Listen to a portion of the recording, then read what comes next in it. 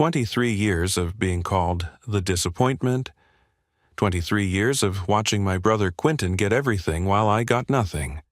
But as I sat in that Harvard auditorium, watching my father hand over our family's $75 million logistics empire to my golden boy brother, a stranger changed everything with 7 words. They don't know who your real father is. What I discovered in that folder didn't just change my life, it destroyed theirs.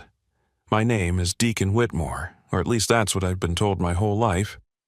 I'm 28 years old, and until 3 weeks ago I was the forgotten son of the Whitmore shipping dynasty.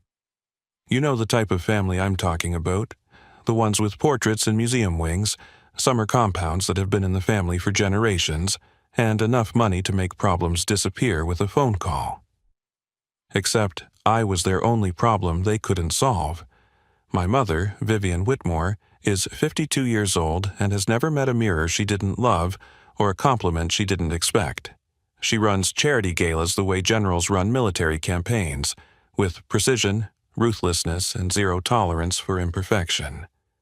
She introduced me at social events as our other son Deacon, like I was an afterthought she had to acknowledge for tax purposes. Her diamonds cost more than most people's houses, but her heart was worth less than costume jewelry when it came to me. The man I called father for 23 years, Sterling Whitmore, built his shipping empire from his daddy's money and other people's sweat. 55 years old with silver hair that he swears turned that color from the stress of building his business, not from the stress of having me as a son, though he's made that joke enough times at dinner parties. He could tell you the hull number of every ship in his fleet, but he couldn't tell you what position I played on my high school baseball team. I was the starting pitcher, by the way. We went to state championships, not that he noticed. Then there's Quentin, my older brother by 2 years, 30 years old, Harvard MBA, and God's gift to the shipping industry if you believed our parents. Perfect Quentin with his perfect grades and his perfect internships and his perfect ability to make me invisible just by walking into a room. He didn't even have to try to be the favorite. He was born for it, groomed for it, celebrated for it. Every report card, every trophy, every acceptance letter was framed and displayed like religious artifacts in our Connecticut mansion. But here's the thing about being the forgotten son.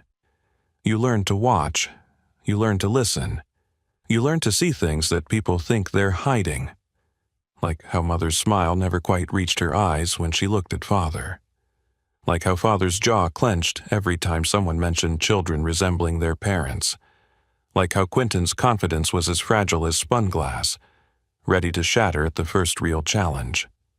That graduation day at Harvard was supposed to be Quentin's coronation, the day he officially became heir to the throne of Whitmore Shipping International.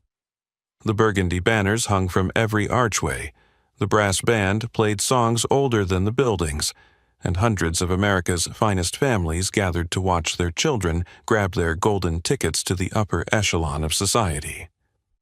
I drove myself there in my 2015 Ford F-150, the one with the dented bumper and the radio that only picked up AM stations. I parked it between a Lamborghini and a Bentley, both of which probably belonged to kids younger than me.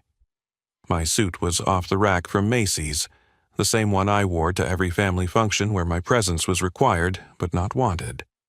Navy blue, nothing special, just like me according to everyone who mattered.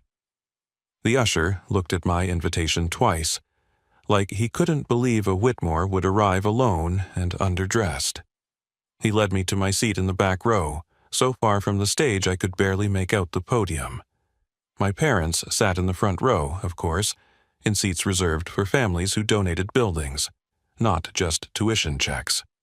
Mother wore a St. John suit that cost more than I made in 6 months at the warehouse. Father's cufflinks caught the light like tiny stars, each one worth a car payment. I should have left right then. I should have recognized this for what it was. Not just a graduation, but a public execution of any hope I had left of mattering to my family. But I stayed.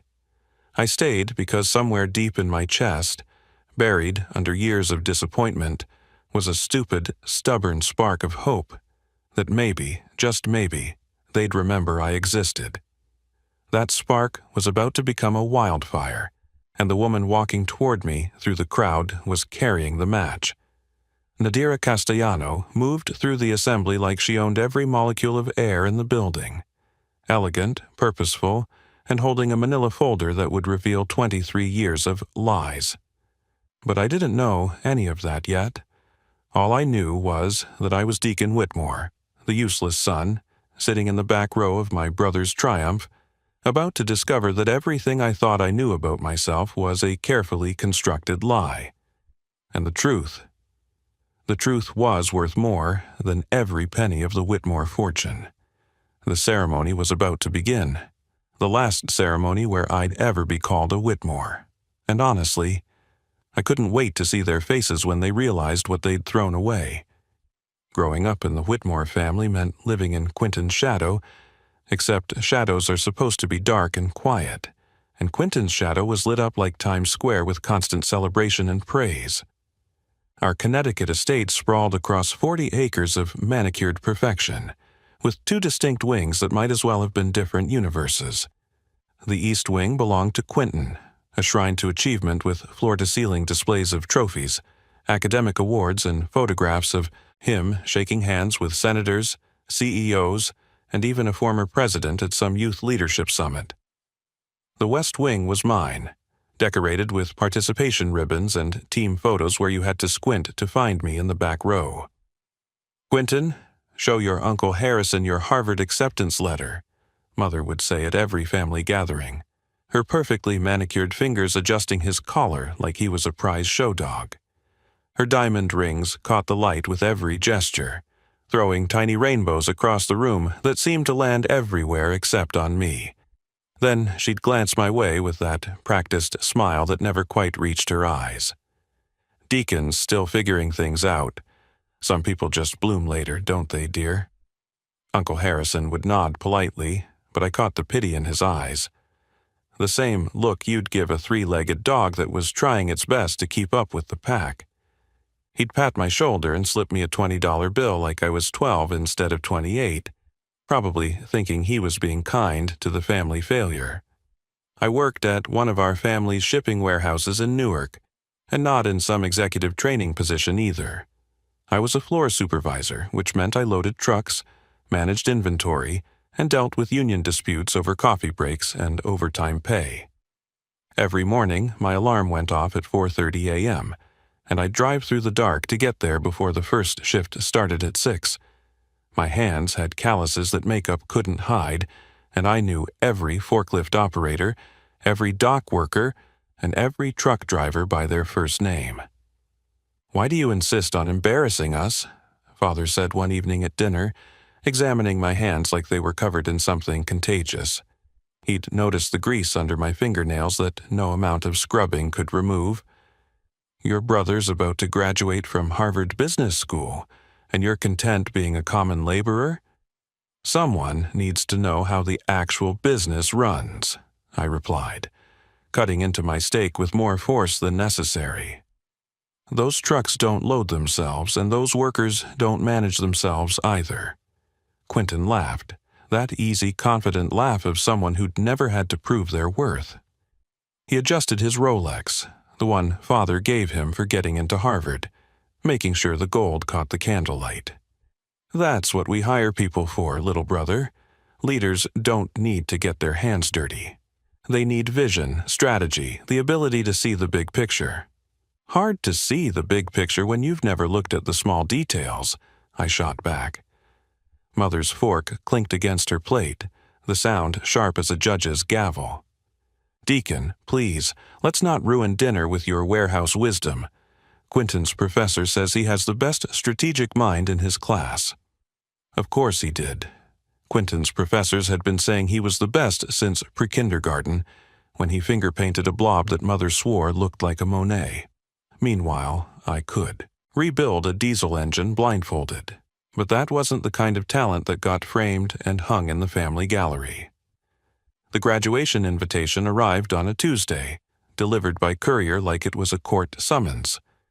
The envelope was heavier than my monthly bills combined, made from paper that felt like fabric and money had a baby. Inside, the invitation was embossed with gold lettering that probably cost more than most people spent on their actual weddings. The Whitmore family cordially invites you to celebrate Quentin Sterling Whitmore's graduation from Harvard Business School. My name wasn't even listed as a host, just lumped in with the general admission crowd like I was a distant cousin instead of his brother. I'd stood in that Newark warehouse, surrounded by the real machinery of our family fortune, holding that invitation while Eddie, one of the forklift operators, asked if everything was okay. "Family thing," I'd told him, and he'd nodded with the understanding of a man who knew that family could cut deeper than any workplace injury. The truth was, I'd learned more about business in that warehouse than Quentin had learned in his ivory tower classrooms. I knew that Jose's daughter needed surgery and he couldn't afford the copay even with our insurance. I knew that Williams had been sober for 8 years, but still went to meetings every Thursday. I knew that when the cooling system broke in July, productivity dropped 30%. Not because people were lazy, but because human beings weren't meant to work in 100-degree heat. These weren't cases studies or theoretical models. These were real people with real problems that affected real business. But none of that mattered to Sterling and Vivian Whitmore. To them, I was just playing in the dirt while Quentin was preparing to inherit an empire, built on that very dirt I was too proud to wash from under my fingernails. Harvard's graduation hall buzzed with the kind of energy you only find when hundreds of wealthy families gather to celebrate their investments finally paying off. The building itself was a monument to old money, with mahogany panels that had watched generations of America's elite collect their expensive pieces of paper. I found my seat in the back row, behind 300 other attendees who apparently mattered more than the second son. The program listed me simply as family guest, while my parents had their full names and titles printed like they were royalty. The ceremony dragged on with Latin phrases nobody understood, but everyone pretended to appreciate. Honorary degrees were handed out to billionaires who probably hadn't read a book since the last time they bought their way onto a bestseller list.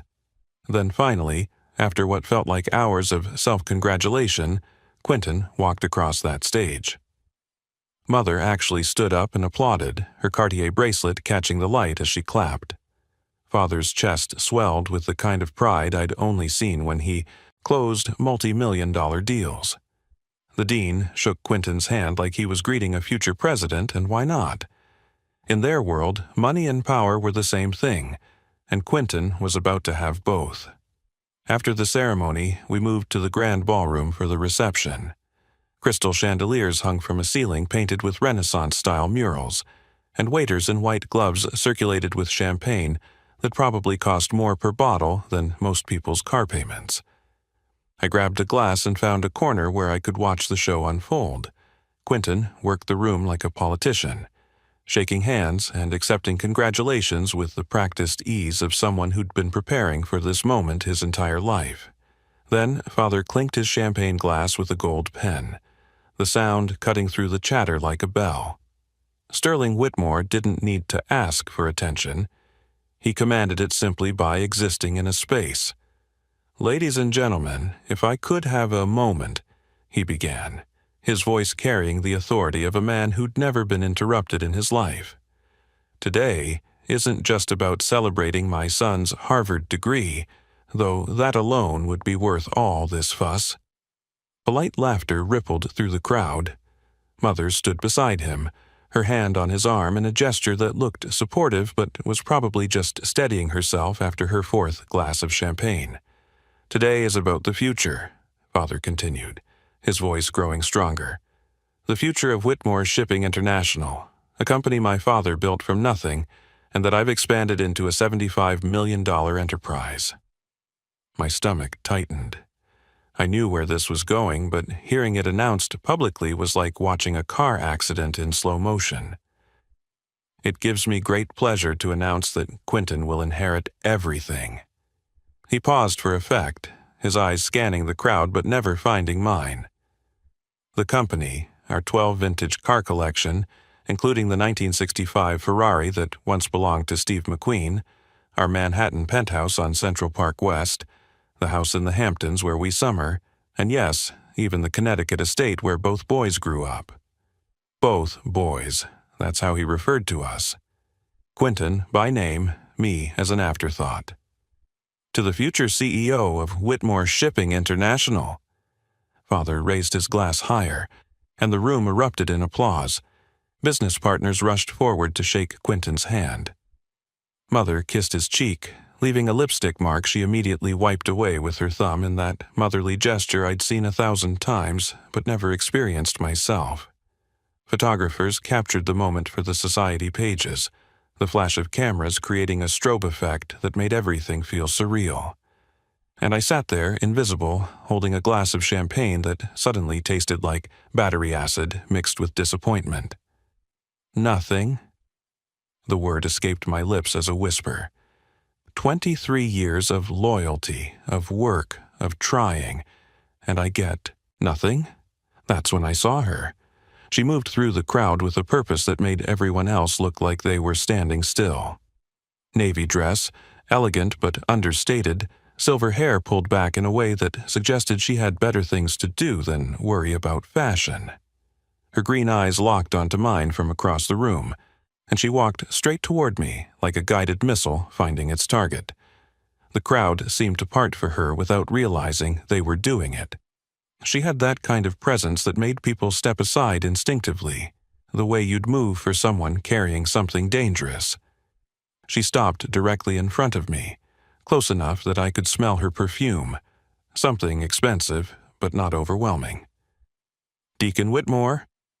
"Yes," I replied, confused why this stranger knew my name when half the people in this room probably didn't.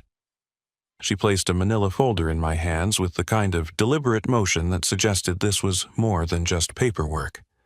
The folder was thick, heavy with what felt like the weight of secrets. "Your mother's been lying to you for 23 years, she said, her voice carrying a slight accent that might have been Spanish or Italian. "They don't know who your real father is." "What are you talking about?" My voice cracked slightly, the champagne glass trembling in my other hand. She leaned closer, her green eyes never leaving mine. "Open it when you're alone. Everything you thought you knew about yourself is wrong.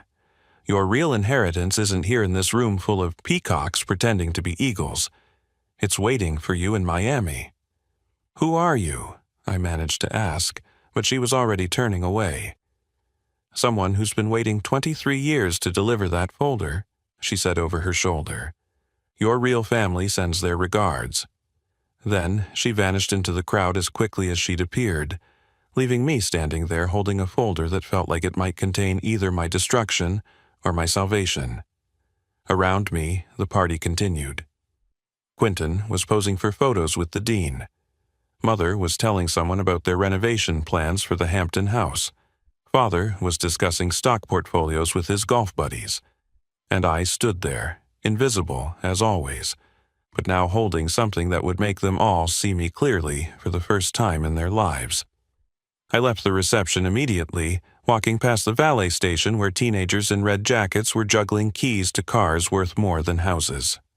My beat-up Ford F-150 sat in the parking lot like a rust-spotted thumb among manicured fingers, surrounded by Bentleys, Ferraris, and Mercedes that gleamed under the Harvard floodlights.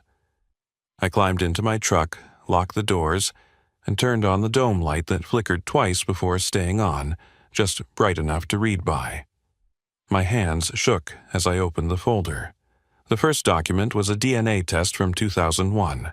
The paper yellowed at the edges, but the words crystal clear. I read the conclusion 3 times before my brain accepted what my eyes were seeing. Probability of paternity between Sterling Whitmore and Deacon, 0%, 0%. Not 99.9% certain he was my father, 0%. Absolutely no chance. The man who'd spent 23 years being disappointed in me wasn't even my father. The next page made my heart stop completely. A photograph of my mother, young and radiant in a way I'd never seen her, standing on Miami Beach next to a man who looked like me in 20 years. Same dark eyes, same strong jaw, same broad shoulders that had always made me look different from Quentin's lean runner's build. The man had his arm around my mother's waist, and she was looking at him with an expression I'd never seen her give Sterling. Written on the back in faded blue ink, Vivian and Rodrigo, Miami Beach, 2000. I flipped to the next document, a legal filing from Miami-Dade County Probate Court. Rodrigo Castellano, Cuban-American shipping magnate, had died 3 months ago. His will, properly witnessed and notarized, contained a section highlighted in yellow. To my biological son, Deacon, whom I was never allowed to meet but have watched from afar, I leave my entire estate, including Castellano International Holdings, all associated properties and personal assets, totaling approximately $400 million. $400 million.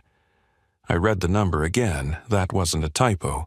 The warehouse supervisor who couldn't afford a new truck was apparently the heir to nearly $500 million.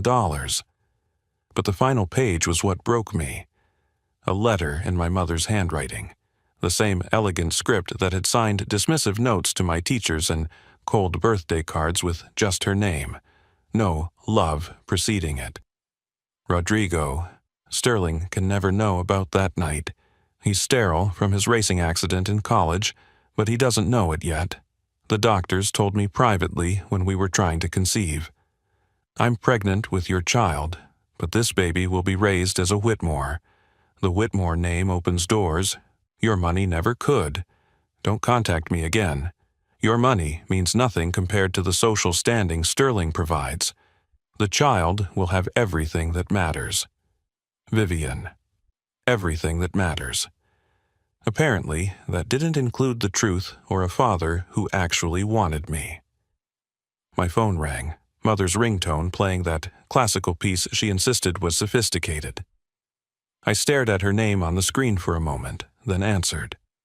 "Where are you?" she demanded, her voice sharp with irritation. "Your father's about to give his second toast. It's rude to leave during your brother's celebration."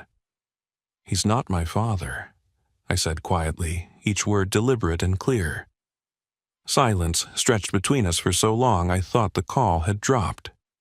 Then, barely a whisper, "What did you just say?" "Miami Beach, 2000. Rodrigo Castellano. Ring any bells, Mother?" I kept my voice steady, though my heart was pounding so hard I was sure she could hear it through the phone. "Or should I just read you this letter you wrote? The one where you admit Sterling is sterile?" The line went dead. She'd hung up on me. 23 years of lies, and she couldn't even give me the courtesy of an explanation. I sat in that truck for another 10 minutes, staring at the documents spread across my passenger seat. My entire life had been built on a foundation of lies. Every dismissive comment from Sterling made sense now. Some part of him must have sensed I wasn't his. Every cold glance from Mother was guilt disguised as disappointment. She'd looked at me every day and seen her secret, her mistake, her compromise for social status. But Rodrigo Castellano had known. He'd known and he'd waited. He'd built an empire that dwarfed the Whitmore's efforts and left it all to the son he'd never been allowed to claim. I made my decision right there in that parking lot, surrounded by the cars of people who'd never questioned their place in the world. I drove straight to Logan Airport, my truck's engine complaining about the speed but holding together like it always did. At the United Airlines counter, I bought a one-way ticket to Miami using the emergency credit card I'd never maxed out because I'd been saving it for a real emergency. If finding out your entire life was a lie didn't qualify, nothing would. "Any bags to check?" the attendant asked. "No," I replied. "I'm leaving everything behind." She gave me a confused look but printed my boarding pass. Gate 23, departing in 2 hours. I had no clothes except what I was wearing, no plan except to find out who Rodrigo Castellano was, and no idea what I'd find in Miami except a truth that had been kept from me for 23 years. As I waited at the gate, my phone exploded with messages. 17 missed calls from Mother, 12 from Sterling, Text after text from Quentin ranging from confusion to anger. Where are you? Mom's having a breakdown. Dad's screaming at everyone. What did you do? I turned off my phone and boarded the plane. For the first time in my life, I wasn't running away from something. I was running toward it. Toward a father who'd wanted me, toward an inheritance that was actually mine, toward a truth that would destroy the Whitmore's carefully constructed world. The flight attendant asked if I wanted a drink. Champagne, I said, thinking of that bitter glass at Harvard. I'm celebrating. What's the occasion? She asked with a practiced smile. I just found out who I really am. The Castellano International Holdings building in downtown Miami made Whitmore Shipping look like a lemonade stand run by children. 40 floors of black glass and steel rose into the Florida sky, reflecting clouds and catching sunlight like it was harvesting power from the heavens. The lobby alone could have swallowed the entire Whitmore Shipping headquarters, with marble floors so polished I could see my nervous reflection walking across them. Security guards in suits that cost more than my truck nodded as I approached, like they'd been expecting me. Nadira Castellano met me in the executive boardroom on the 40th floor. The room had floor-to-ceiling windows overlooking Biscayne Bay, where massive cargo ships moved in and out of port like choreographed dancers. She stood with her back to me initially, watching the ships, then turned with that same purposeful grace I'd seen at Harvard. I'm your aunt, she said simply, like she was stating the weather. Rodrigo was my brother. She gestured to a leather chair that probably cost more than I made in a month. I sat, trying to process that this elegant woman was my family, my real family. She pulled up a presentation on the wall screen that materialized from what I'd thought was just a black wall. Your father built a shipping empire that makes the Whitmores look like small-time operators. We move cargo through every major port from Miami to Rio de Janeiro. Castellano International has contracts with governments, not just corporations. We don't just ship products, we move economies. The numbers on the screen made my head spin. Annual revenue in the billions. Fleet sizes that dwarfed Whitmore's boutique operation. Political connections that reached into the White House and beyond. The company's worth $400 million in liquid assets alone, she continued, clicking through slides of properties, ships, and subsidiary companies. But the real value is in the contracts and connections. Your father spent 23 years building something that couldn't be ignored or dismissed, just like his son. My legs felt weak. $400 million? That's just the starting point. She handed me another folder, this one bound in leather with my name embossed in gold. Rodrigo knew about you from the beginning. Your mother thought she was clever, but Rodrigo had his own DNA test done when you were 2. A strand of your hair from a barber shop, if you can believe it. He's been watching you your entire life. She showed me surveillance photos that made my blood run cold and warm at the same time. There I was at high school graduation, looking lost even then. Loading trucks at the warehouse, laughing with Eddie and the guys. One from last Christmas dinner at the Whitmore estate, where I sat at the far end of the table like an exile. In every photo, I could see now what I'd missed then. Someone had been watching. Someone had cared enough to document these moments. Why didn't he contact me? My voice cracked despite my efforts to control it. Your mother threatened to destroy him if he tried. She had connections through Sterling, political leverage that could have made business difficult. But more than that, Rodrigo was smart. He knew Sterling was sterile from the beginning. Found out through a private investigator who accessed medical records from Sterling's racing accident at Yale. Sterling had been told he might have fertility issues, but being Sterling, he refused to believe it or get tested. Wait, if Sterling's sterile, then how did Mother explain Quentin? Nadira's smile was sharp enough to cut glass. That's the beautiful part. Quentin isn't Sterling's son either. Your mother had an affair with Sterling's business partner, Harrison Vale, 2 years before you were born. That's why Quentin got everything. Vivian had to keep Sterling happy and distracted, or he might start asking questions about why his sons looked nothing like him. Harrison Vale. Uncle Harrison, who'd always been around, who'd always paid special attention to Quentin, who'd always looked at him with a pride that went beyond family friend. It all made horrible, perfect sense. But here's the truly beautiful part, Nadira continued, pulling up legal documents on the screen. The Whitmore fortune is built on contracts with Castellano International. 70% of their shipping routes run through our ports. 80% of their international contracts are partnerships with our subsidiaries, and every single contract has a very interesting clause that Sterling never bothered to read carefully. They can be terminated with 30 days' notice if the company is ever run by someone who isn't a biological Whitmore. But Quentin isn't a biological Whitmore, I said, the implications hitting me like a physical force. Exactly. The moment Quentin takes over, we can pull every contract. Whitmore shipping will collapse within 6 months, probably 3. My phone, which I'd turned back on after landing, buzzed with increasingly frantic texts from Quentin. What did you do? Dad's having a breakdown. Mom locked herself in her room. The lawyers are here. Answer me now.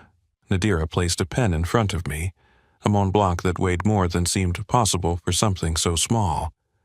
Sign here, and you become CEO of Castellano International. Your birthright, your real inheritance. Everything Rodrigo built, he built for you. I thought about 23 years of being called useless, of watching Quentin get praise for simply breathing while I worked until my hands bled and still wasn't enough. I thought about my mother choosing status over truth, Sterling's dismissive looks, the back row at Harvard, the nothing I was supposed to inherit while Quentin got everything. I signed my name, Deacon Castellano. The moment I finished the last letter of my new old name, Nadira handed me one more envelope. Rodrigo left you a letter. He wrote it a week before he died, when the cancer had spread too far to fight, but not far enough to stop him from writing. I opened it with trembling hands, the paper inside handwritten in bold strokes.